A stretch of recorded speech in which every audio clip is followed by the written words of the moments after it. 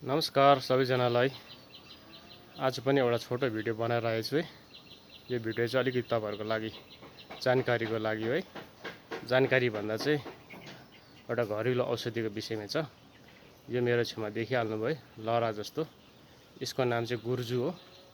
यो चाहिँ एकदम राम्रो दबाई रहेछ तपाईको, विशेष गरेर है ज्वरोमा। जस्तै तपाईलाई एकदम साह्रो ज्वरो छ, दबाई खाँदा पनि जाती भएको छैन है भने चाहिँ यो चाहिँ उसिनेर तपाईको यसको रस ग्लासमा आधी आधी खानुभयो भने चाहिँ बिहान बेलुका खानुभयो भने चाहिँ जस्तो ज्वरो पनि तपाईको चट्टै हुन्छ।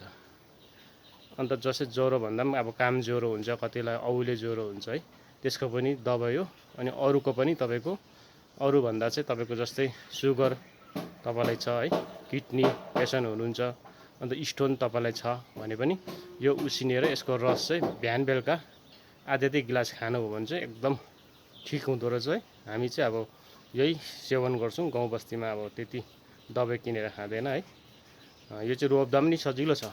यसलाई अलिकति छोटो काट्नुहोस्, अन्त चिसोमा गाड्नुभयो भने यो जागिहाल्दो रहेछ। हेर्नुहोस् न, एकदम यो चाहिँ लहरा छ मेरो पछाडि देखिहाल्नु है। यसको चाहिँ बोट पनि यी मुनि नै छ है, बोट यहाँनिर छ। पुरा लहरा जान्छ यसको चाहिँ तपाईको। यहाँ माथि देखिहाल्नु भयो लहरा पनि गइरहेछ माथि।